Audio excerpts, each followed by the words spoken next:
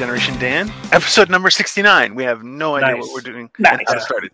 It's just, 69. Nice. My brother just said nice as he was walking by. I feel like we're going to get a lot of views on this just for the first 60 seconds of going, hey, episode 69, clicking, going, nice. And that's it. I'm okay with that. We're a podcast about generational differences and things of that nature. I'm Atlas Novak. I'm your millennial. Who else is here with me? I'm Dino the Genetic Marvel. I'm your Gen Xer, resident old guy, and curmudgeonly fool. And I'm Cole Clayton. I like butt sex. Receiving and giving.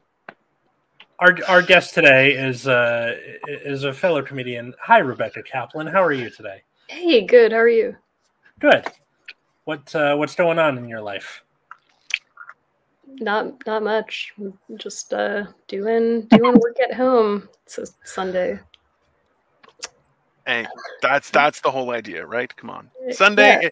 It's okay. Actually, so it's Thanksgiving for me and the rest of the universe. So happy Thanksgiving, everyone in the world, but not in the U.S. Just everyone else. That's next month.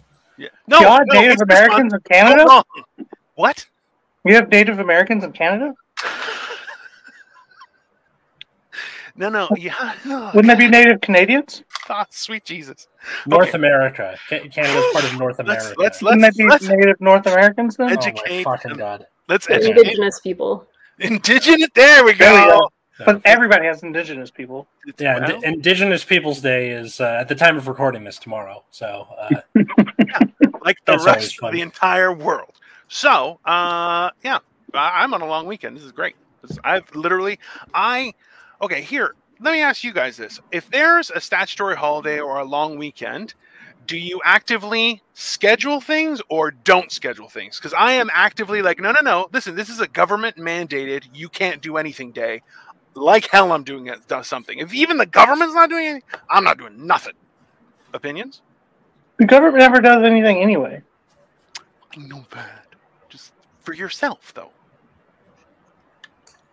I'm a freelancer, so I don't get holidays. So every day just blends into every other day. Oh, that's rough. Yeah. The simulation is real. Mm-hmm. I don't even get how one turns into the other, but yeah. It literally depends on which. God damn it! It depends on which weekend it is. Like there are some, government mandated holidays where I'm like, I'm not doing shit. Others, I'm like, okay, I'm doing this thing. I'm seeing this person. I have to finish this thing before that thing. It's never consistent, I don't think, for me. Yeah. I'm with you on that. Cause there are days where I'm supposed to do shit. And it's not a holiday, and I'm like, I'm not doing shit. So, it just depends on how I'm feeling that day. When I wake up and I'm like, this is a good day, or I wake up and this is already a bad day. Whatever. I've definitely done the use paid time off to take a day off when my workplace isn't doing it, but should. I've never gotten paid time off. I don't last long at a job, so. No, I have made peace with the fact that my job is stable, but also terrible. So I'm just going to stay there until I make it in comedy. So. I think that's a growing trend, though, right? Like, you have to find something that makes life livable. Mm-hmm. And then you're like, but I really like being funny to people. So I'm going to keep on trying. And then maybe it'll be successful. I feel like it also robs you from, experience in the world, though, because you're stuck there. There's no, new things going on. Because sometimes I'll, be trying to write material, and it'll be, months in between something that I like to do. And you start to get desperate where you go up on stage and you're like, so this bitch was playing 6 different Coldplay songs in a row and it became a freezing performance after a while. You start getting desperate and not funny things start to seem funny. That's the problem. Yeah. Right? Think about it this way. And Rebecca, please, I would love your opinion on this. Is being freelance, you use your time to your benefit, right? That's the whole idea of being freelance. But of course, then you're like, oh, it's Sunday, I have nothing to do. I'm going to do some work. Why? Because it's profitable, right? But at the same time, then how do you maximize your enjoyment in that fashion? Because, we all know any type of work can be overwhelming in general, right? So is there any way that you feel that you can take advantage of that kind of stuff? Like just as a freelancer, is something that you enjoy to do, or even with doing gigs at night, is it easier to navigate? Yeah, I mean, I have like very short tolerance for like doing work, so I probably like just work like 2 to 3 hours a day, just every day. What a coincidence! So do I. Yeah, but you're paid for a lot more, and she's probably just talented. Sorry. Oh no, I've mastered the art of looking busy. Right. Carry a clipboard. It's very important. It's very annoyed. Dude, I used to do that in school. I used to just skip class and like have a piece of paper in my hand and like looking at it and trying to act like I'm reading. It's a blank piece of paper, by the way. And I would just read, like I'd be reading it and walking like kind of fast whenever I would see like a teacher or a hall monitor or whatever. I got away with skipping class so much, dude. So did much. You just like do a like constant circuit of all the every halls? day, like every day. I I would like walk into classes that I wasn't supposed to be in, and the teacher would be like, "What are you doing?" And I was like, "Oh, sorry, wrong.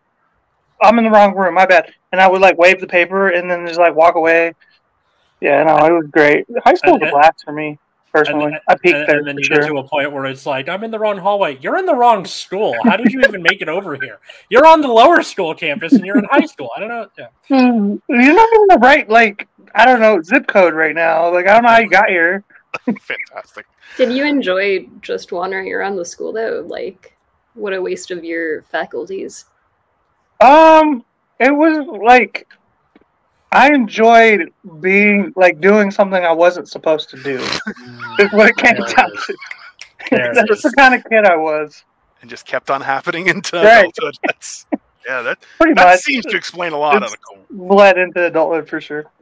For sure. I mean, I like would goof off in class by like writing like a novel or whatever.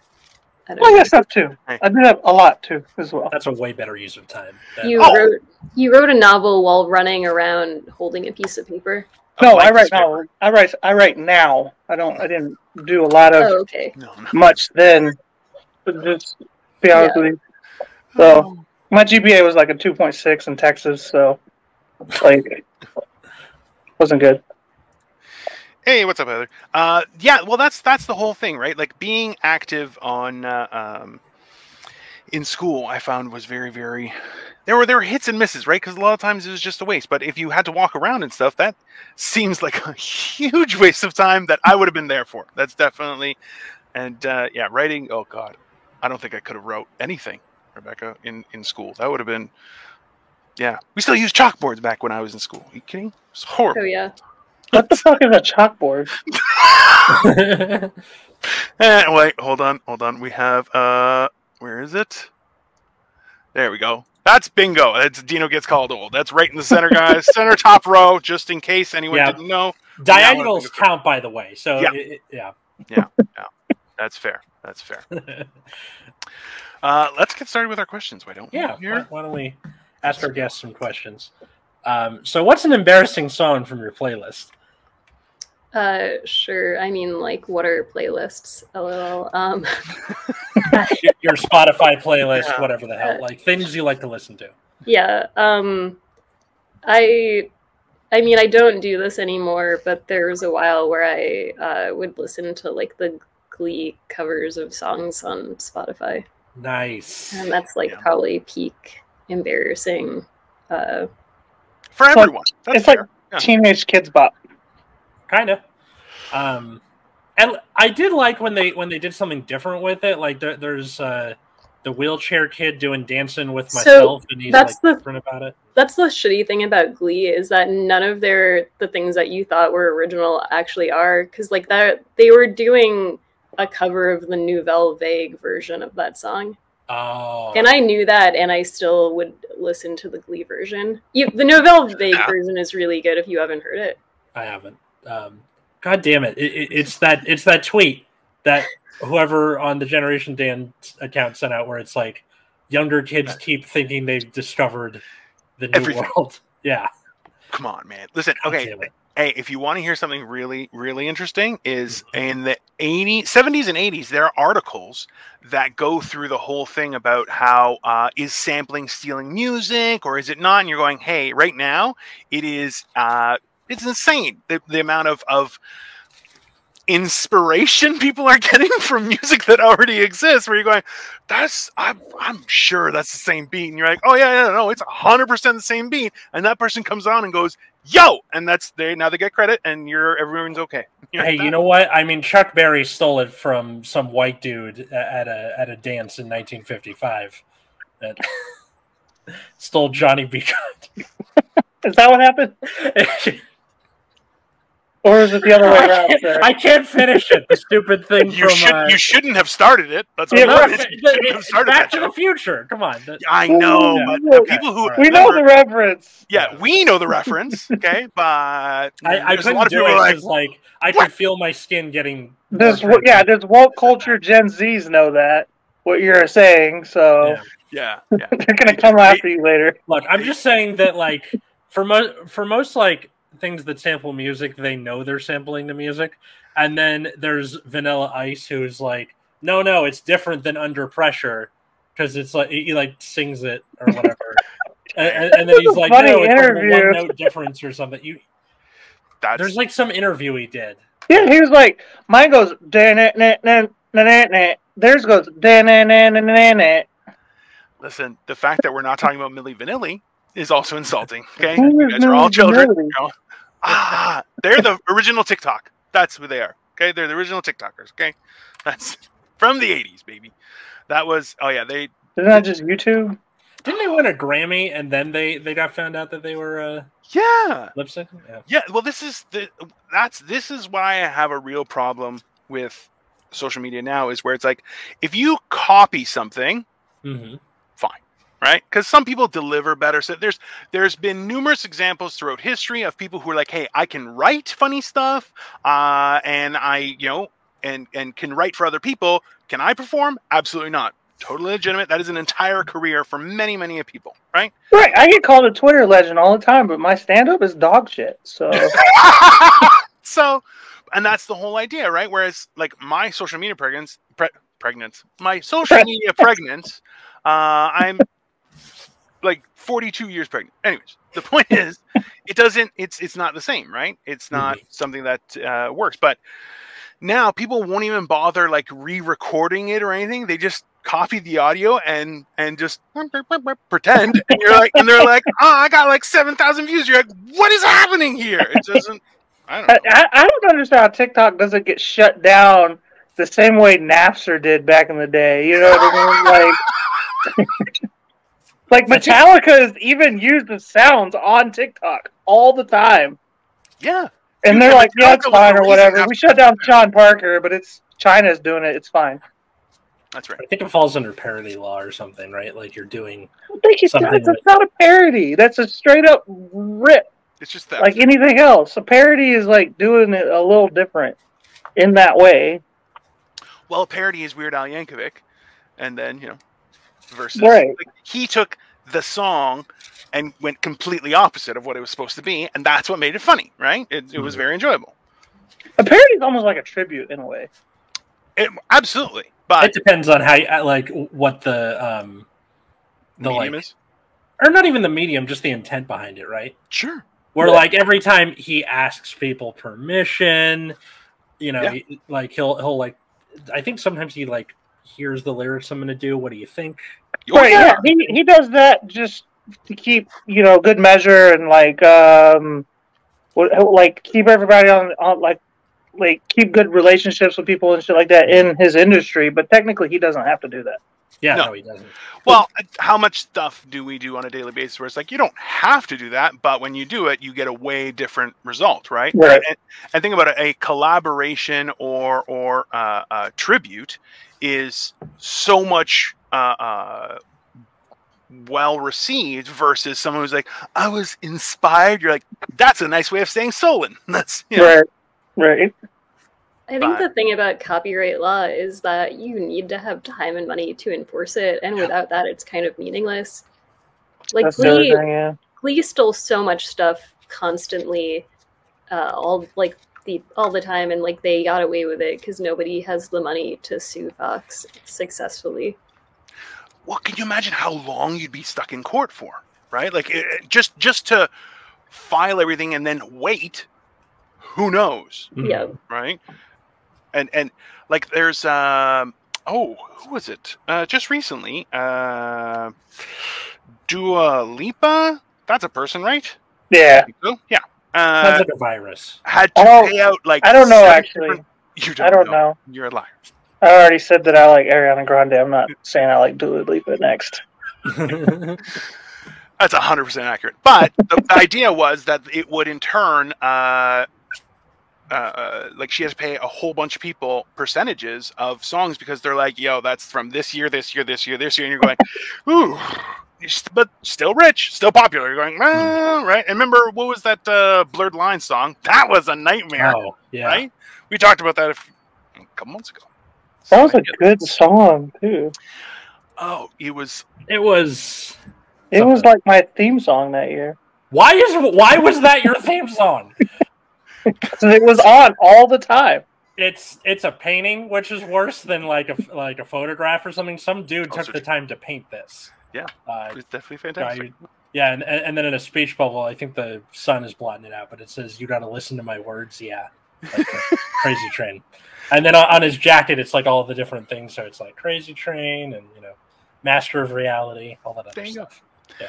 All right, let's get on with more questions. Oh, I'm an adult. You can't stop me. Rebecca, is there, what would you say a thing that you would indulge in? Such as breakfast for dinner or, things of that nature that are just, that's your treat to yourself and consequences be damned. Yeah, I mean, this is like probably boring, but I feel like when I was a kid, people really like forced the like mealtime thing, and I like despise that. I think that, yeah, like 3 meals a day is like at the time when other people are eating is barbaric. I believe in like grazing perpetually throughout 24 hours like a baby bird. That's totally reasonable. I like a good 4th meal myself, so. Yeah, but your 4th meal is lasagna, not like a handful of grains. It's different. It's not the same. Right? Every time he says that, like a faint outline of a bell appears on his hand, like the mark of Satan, just very, very faintly. It no, fucking vein pops from cholesterol. It's horrible. Oh, fantastic. But I am a fan of that, definitely. Like, isn't it also good for your metabolism to do, like, little things throughout the day as opposed to just, like, that thing in the movies where the kid gets up and he's late for school and there's an entire fucking, like, buffet of food and he grabs one piece of toast. I'm late, gotta go. And then he's on a skateboard while, like, early 2000s butt rock is playing. Yeah, I mean, the standard American diet is, like, really bad. They call it sad.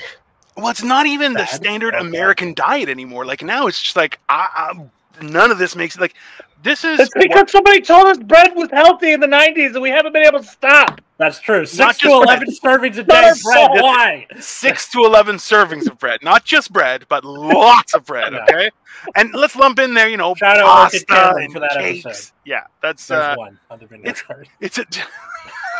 it's definitely, but that's the whole thing. Like even now, where you're like, okay, what is this kind of like?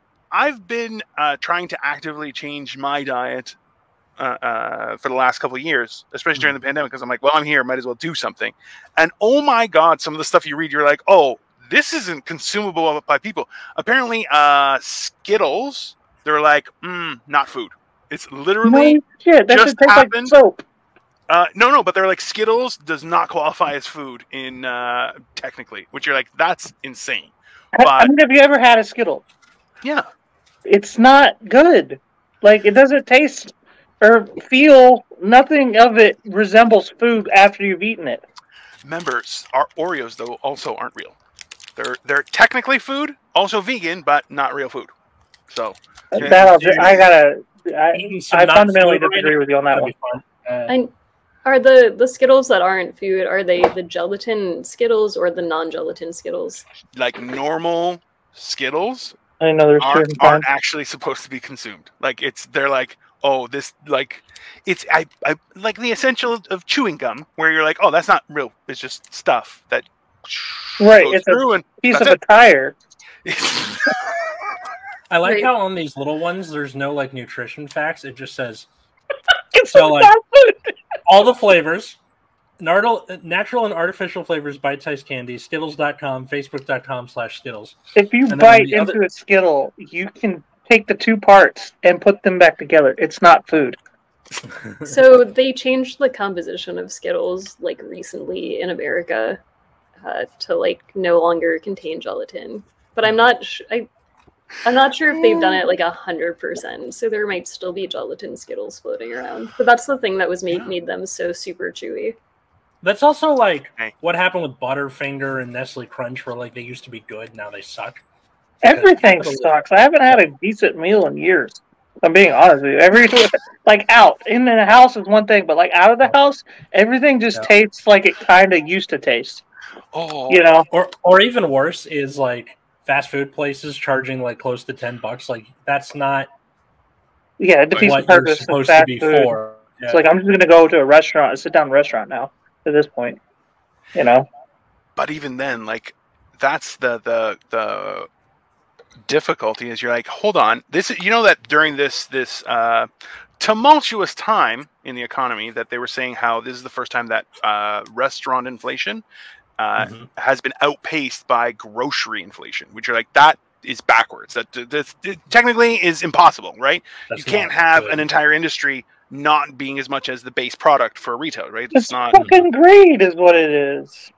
How dare you insult the American capitalistic way? Okay, sorry. Not to like mansplain this to you, but I think you can because restaurants don't buy their ingredients directly from groceries; they buy them wholesale. So, and I had the same suspicion, and what they were basing it on was products that aren't taxed, like flour, sugar, and things like that. So the normal stuff, yeah, but that's why you're like it's actually not just it's the idea that like people still bake bread at home, which let's be honest, a lot of people do that, but it was for a short period of time. It wasn't a real. Rebecca, don't ever apologize for mansplaining American Never. economics to Dino. He's I'm Canadian. Yeah, He doesn't know what the fuck he's talking about. And his family's from Greece. He's like, And yeah, he's foreign As to un-American Canada as he can too, get, so yeah. like you know Canadian economics. it's also true. Did you know that the meat and dairy industries are like heavily subsidized in both America and Canada? Oh, absolutely. Actually, so there's been an ongoing fight to the stop fucking got American milk dairy commercials from the here, 90s. Yeah. which are a genius market. Listen, milk is the only thing that is comparable as a campaign was avocados, which, let's be honest, wow. California here. It's definitely worked for sure. Fun fact, I use this whole little bit to try and figure out what subsidized means, and I have no idea still, so. Okay. Government He- paid for. He gave it up on himself. funded. That's Sorry. it means like when a government like helps pay for something publicly. Have you seen They're the doing place something where, like, shady in- for sure then. Yeah. That Well, meat is not red, it's green. Well, that's the weird part is like, I'm not sure if this is the law over there because pasteurized milk only exists in, well, it doesn't only exist in America, but it's the law in America. There is still pasteurized milk in other places, but a lot of places they don't pasteurize the milk because, well, for lots of reasons. But that's the whole thing is that here there are people who have tried to bypass the law to get fresh milk because we have refrigeration and everything, because that was the whole idea behind pasteurization, was to stop people from dying from it, right? So in turn, you have people would technically rent a cow so that they could get fresh milk, and you're like, that's now against the law and stuff like that. I don't know. Does that in the States, do they have laws against getting fresh milk, or? It's illegal to sell and purchase raw milk, but you can have it as long as like you own the cow. Hey, Chris. Interesting. But you can't really. You also get in a lot of trouble for giving it to people. Now, obviously, we have different laws in every state, so I don't even know what it is in Ohio where I'm at. I know that's Texas law. So, like, just giving it to somebody, like a friend comes over, you want to try this fucking milk? And if they get sick, you're fucked. You know what I mean? You just gave it to them. At that point, you just say, no, I didn't. I did not. I did no such thing. I think it's important to note that our 69th episode, which we were like, 69, lasted for all of 40 seconds. And now we're just talking about, like, the U.S. economy and how farmers are being dealt with and subsidized. I find that hilarious. It's fine. We should probably ask her a third question before this gets completely out of control, though. Good idea. For sure. So, what was the first time you felt like an adult, or the people in the room looked to you as the grown-up? Yeah, I don't know. I guess like tutoring like very small children, but like I feel like I pass as like being, you know, like very young. So like it's like rare for people to like approach me on the street as an adult. But you know, yeah, like when you're with like a really young kid, they're like, whoa, like you're so old and like you know math. I don't know. How old are you? Don't ask that. I'm older than 15, which is what people usually think I am. Really? I said, okay. Yeah. What? Don't feel like you can't tell Cole or any of us to shut up, Rebecca. There's totally no can. problem. Go for Feel it. free, right? Yeah. I got Orchid Cameron to tell me to shut up, and that to me Multiple is times. like an achievement because she's the nicest lady. So I feel like that's the only way to communicate sometimes these days, right? It's like, hey, listen, you just be quiet. shut up. That's Now I know. everybody. That should be in everybody's vocabulary. That might be on the bingo card, everybody. Just FYI. Or just make a shirt out of it, right? That's a great idea. We don't have merch yet, but who Right. knows? Someday. I wasn't trying to undermine you. I was just trying to fill in some blanks for the record, Rebecca. Sorry. I mean, I asked my mom at one point, when do you feel like an adult? Because I'm, you know, at the time I was like, I don't know, 25, 26, and she's in her late 60s, and she was like, I will let you know when that happens. And I was like, great, awesome. You're like, you Cool. teach Okay. me. You're great. You're Cool. my leader in a way. Yeah. Still. I'm Thanks. you know, half your DNA and you're unsure what's going on. Awesome. Kill me. I feel like if you only know half of what's going on, you're way ahead. Just in general. Because, man, everything's confusing these days. I think like I have a dog now, and I feel like that's like a definite like adult thing. Like you like are just taking care of a dog. Mm-hmm. I think that's easier than taking care of a kid, because like if you like, I don't know, accidentally step on the dog's foot, they're like, no, are you okay? And the dog's like, it's okay, I love you. But if you know, accidentally hurt your kid, they're gonna hold that over your head. I feel like stepping on a dog and stepping on a baby aren't comparable, Atlas. I don't know. Maybe it's just me. I feel like those. You're making it sound like I'm putting the foot directly on the spine of them. I don't know, man. Like, if your kid bites somebody, it's just, oh, sorry. But your dog bites somebody, you don't have a dog anymore, usually. So it really depends on, like, you know, how bad that kid bit you. So one time when I was like, I think 5 or 6, I was at a kid's birthday party, and then he was being a dick to me, and I punched him in the face like right after he blew out his candles. And I got in a lot of trouble. So yeah, I feel like if I was a dog, and yeah, what happened to you? You were such a fighter back then. I got in a sufficient amount of trouble from punching that kid in the face that I didn't do that. And it made you soft. Mm-hmm. It made you soft. Yeah. Like my belly. The fear of pain, of punishment, as technically jail would have worked for Atlas. He was like, oh, I've been punished. How dare I do these horrible things? I'll never do them again. Could you imagine like a thugged out Atlas though? Like, I feel like if we finally have everything go to plan and we start doing those sketches, we're definitely putting Atlas in colors. Just gonna say, I feel like his red beard and maybe a bandana would come across. Let's make him a Crip for sure with that red hair. It's gonna be what Newt Gingrich thinks. God damn it. It's gonna be what Newt Gingrich thinks John Fetterman is. Where they're like, he's into gangs because he's got tattoos. I'm like, what kind of '90s shit is this? If Atlas moves to East LA, Chris, that's exactly what you. If my dog bites someone, I give him a treat. 100%. I guess it depends who the person is, right? I don't know, man. Like I've seen people who are like, hey, don't come around the dog. Like, stay away from the dog. They're like, oh, I just want to play. You're like, yeah, it's not your dog. Don't stop. Get lost. That's a you thing. You just get out of here.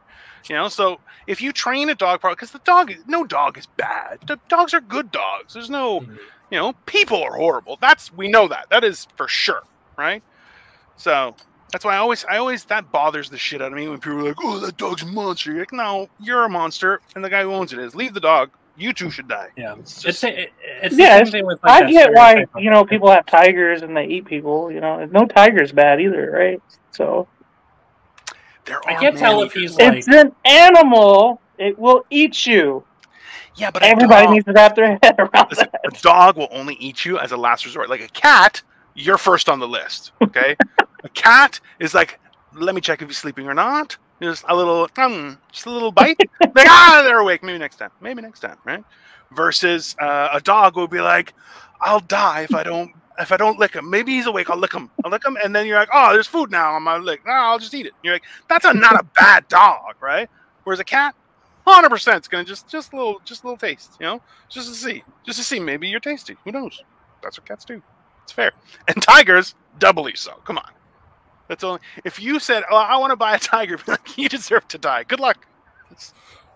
Have fun, right? We all saw the show. It's reasonable. I will financially never recover from this. Definitely accurate. I feel like Cole, you might have applied for a job at that place. Is that not? I would love a tiger, man. They're only like $2,000. It's about the same as a used car, so. Oh, fantastic. Hey, Rebecca, what's the most trouble you got in as a kid? I think one time I scratched my brother until he bled. My parents were really upset. Oh, older or younger? Older. Oh, and he snitched you That's out. self-defense. That's He snitched you out too? The older brother? That's not right. I don't know. My parents might have been there. Who knows? They saw the whole thing. How old were you at the time? I don't know, 5. Oh, I don't think people can be That's held accountable for violence. Yeah, it's definitely. Yeah. My one niece, she would. So that brother of mine, he has a head like a cinder block. Like I have a hard head, but he can't wear hats. His head's so big. So like Atlas. It looks thin, but you're like, no. It's actually like an alien head. Like it's this long. It's weird. So his daughter though has that same really strong forehead. So when he would hold her, she'd lean back and he's like, hey, what are you doing? And then she'd come forward and bam, and headbutt him right between the eyes. Once knocked him out. He was like, fell against the wall, was just holding his daughter. It was hilarious. But somebody kept on bothering her. And so she leaned back and tried to bite his face. And I'm like, good for you. Defend yourself. She's like, oh, kids are assholes, right? I think that's just. I'm glad that we're getting away from the whole give your aunt/uncle a kiss, no matter how you feel about them, blah blah blah. They're teaching body autonomy and stuff like that a lot. Atlas, what happened to you as a kid? That never happened to me, and my aunts and uncles never kissed me. So I more mean because girlfriend's a kindergarten. Family doesn't even hug me, so still got a front row seat to that kind of thing. In terms of aunts and uncles being weird, it was mostly my mom's side. My mom's side had some weird people. Dad's side was pretty chill. Do you want a hug? I'm not good at it. I haven't done it very many times, but I'll give you a hug. That's a very weird advertisement for yourself. I feel like you need one. I'm good, thanks though. Sniffing Glue 22, offering hugs to random people. It'll be like hips to the side hug, you know what I mean? Where I'm One like, of these, not, the one arm hug. Yeah, the one arm. There you go, Atlas. Well, I love you too, fella. Yeah. I wouldn't say all that. No words. Don't taint it. That's fine. Right. We don't talk about it. We don't make eye contact afterwards for at least an hour. Fantastic. Oh, wonderful. What else did you want? What did you want to? Let's do plug. Everybody's stuff, right? Just like, share, and subscribe for everybody. Also, just to check everything out. We're at the midpoint of the show. Might as well tell everybody to like, share, and subscribe on the Generation Dan podcast, Generation Dan Pod YouTube. Ooh, what else? Generation Dan Pod on Instagram, and it's just at Generation Dan on Twitter and at Generation_Dan on Instagram. Anyways. Right? It didn't change, did it? No, it didn't change. Okay, all right. We got to clean that up and make everything the same thing. Yeah. Rebecca, what about you? Where can people find and follow you while we're at the midpoint here? I'm at Rebecca T. Kaplan on everything, and my channel on YouTube is like just youtube.com/Rebecca Kaplan Comedy. Nice. And she is hilarious. Check her shit out. Thank you. I always wondered whenever you're like plugging something and someone goes like, share, and subscribe this thing. Like, I just imagine somebody being like, "Hi, I just watched this. Have you heard the good word about insert thing here?" And they're gonna be like, what? And you're like, "Well, they told me to like, share, and subscribe, and I'm doing that." So, all right. At Atlas Novak on Twitter, Instagram.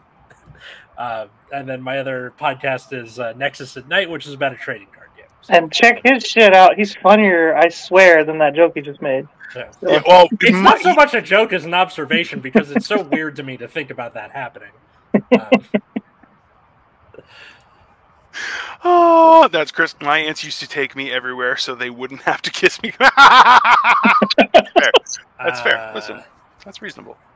No, it was weird. Listen, I know even when I go to Greece, so my problem is in North America, people like to hug, and I'm like, no, don't touch me. Just stay away, right? In Greece, you kiss on both cheeks. I'm like, yeah, of course, it's Greek. I'm in Greece. I would do that. Why? Because that's the normal greeting. But like, I had one person try and kiss me in Canada. I just palmed their face. I'm like, get the hell away from me, you jackass. They're like, oh, so the Europeans do it. I'm like, you're not anything. Just calm down, relax. Go. I don't like the fact that I live in the Midwest and it takes people like 3 hours to leave your doorway after they've already said goodbye. So I believe that's called the Minnesota goodbye. Touching is not a thing for me. Yeah. Like, don't touch me. Yeah, Irish goodbye is underrated for sure. Dude, this is my move. That's Cole's move for like, visits, dates, relationships. She's like, it's about that time. 45 minutes down the highway by now. No, you don't let people know that you're leaving. They'll just be like, hey, where'd he go? I think he left. Oh. That's how you know people love you, is like when they're like trying to find you at a party and you're gone already. They're like, hey, where'd you go? You're like, you get a text while you're driving. I'm driving. I can't answer that.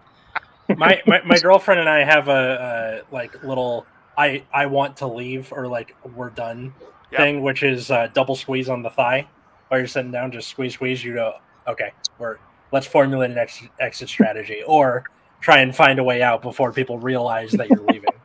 Right? Do you have anything like that with Victoria or?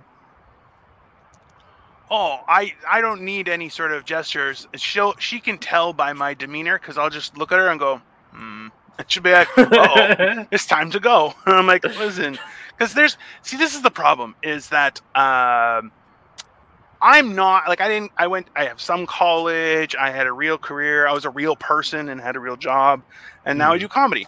But the problem is I've never use that like I try and keep that close to the chest. I don't really talk about it with people or anything like that.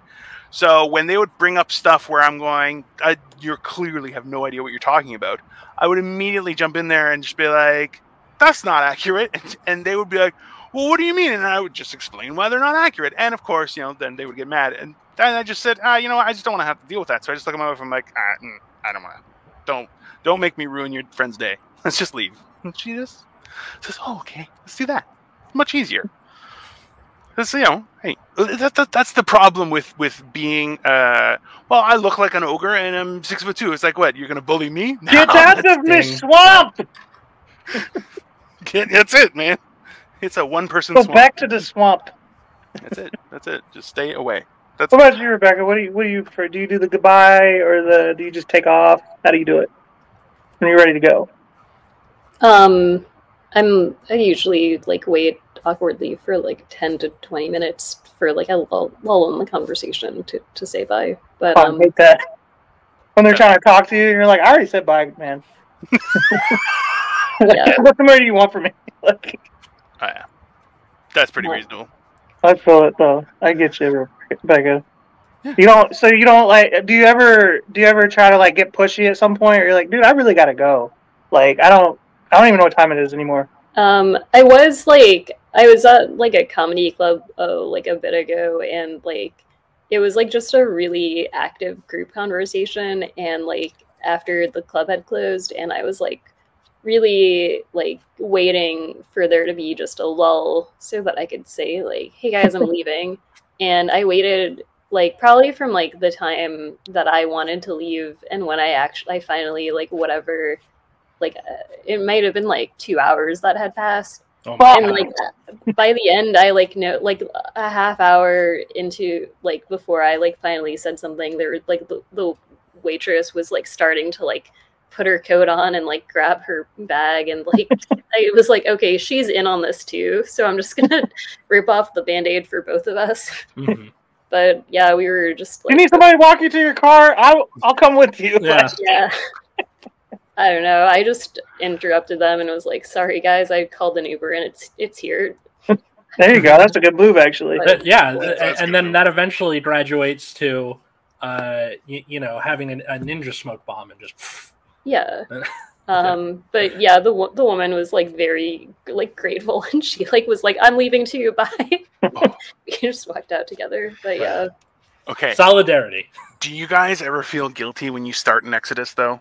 Because that's happened to me more than once, and I'm like, I didn't intend for that to happen. People are like, hey man, what the fuck? And I'm like, maybe this was good. No. I don't like people enough to care. Like, I feel more guilty with people I know than people I don't.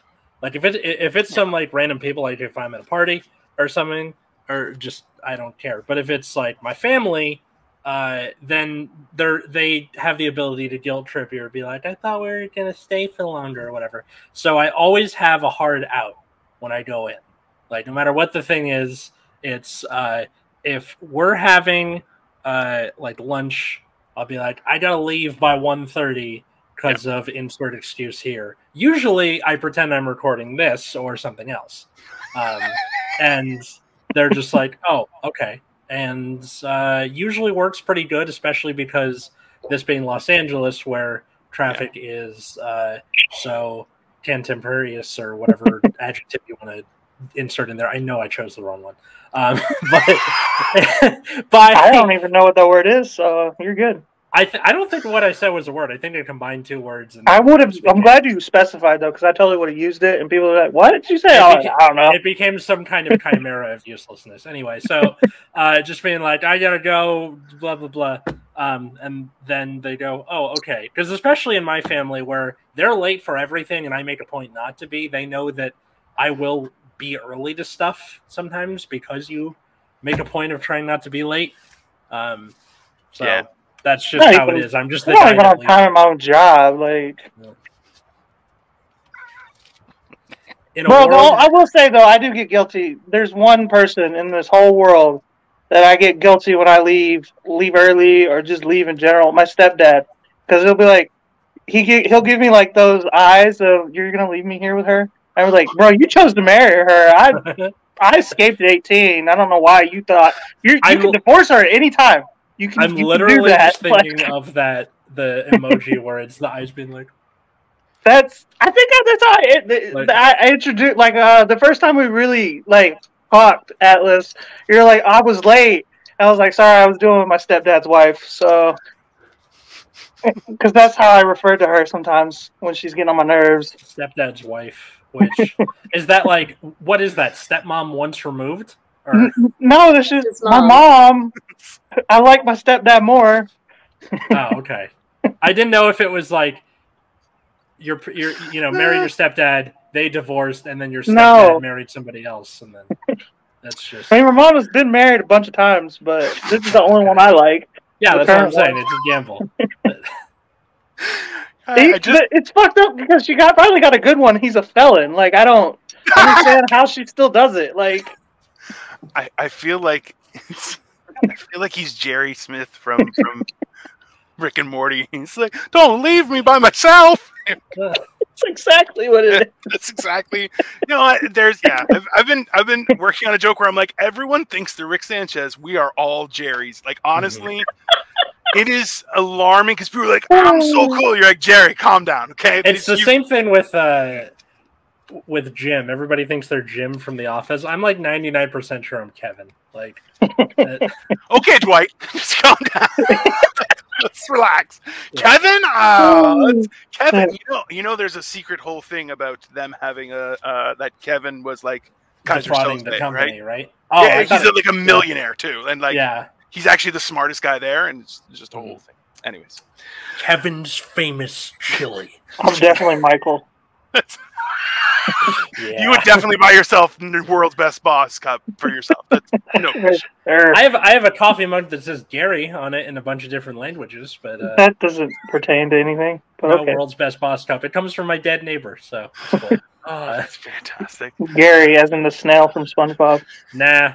Anyways, he was in an episode of Gilmore Girls randomly. I was watching Gilmore Girls. Snail from SpongeBob? Up. No, the dead neighbor. Because he like shows up. I think it's like he's the owner of like some bar that they're in, and then his name is Gary in the show. I was like, is that motherfucking dead neighbor Gary? I looked it up. It is. Alice, the fact that you watch Gilmore Girls does not surprise me a little bit. I ended up watching it because Katie showed it to me, and I very much enjoyed it. And you can go fuck yourself. You showed it to your girlfriend, and you know it. Other way around. I showed my girlfriend Avatar: The Last Airbender, which I got medium results at best. They're not good. And I like anime. It's not Avatar: good. The Last Airbender is fantastic. Yeah. Also, show. It's not anime. It's made in the U.S., therefore not anime. Well, then that's why it's not good. Racist, isn't that? Come on. No, it's like it's like the champagne thing, right? Like if it's not produced in Japan, it's just sparkling Japanese animation. I definitely don't think I just works. drink bourbon from France. I don't think that matters. Like, Kentucky is occupying France now, so... Hey, if there was bourbon in France, that would be like turpentine. Like, that would... And it wasn't bad. It was very smooth. Anyways. Like, well, the thing is about the French is they'll let anybody do anything in their territory. They're too, like, I don't know, passive. They're just, hey, y'all can't be here. People will just show up and, like, then they don't move out. Like, ask the Germans. They've been there ever since. Anyways, let's move on to our last question. I'm not getting into the whole thing with him. This is going to take too long. For the love of God. All right. Yeah. Here. Most favorable set. Rebecca, first off, thank you so much for coming on the show. Yeah, thanks for having me. What was your most memorable set as a comedian? Good, bad, weird, otherwise? Yeah, I don't know. Like, I think, I guess, like, you know, the first show I did was, like, fun. I mean, yeah, I think, I don't know. I guess, like, I don't really have, like, good, like, stories about sets going well, only about stuff going terribly. Yeah, that's the fun. Okay too. That's the fun. Yeah, those are the ones you learn on. Okay. I did like a birthday party like recently that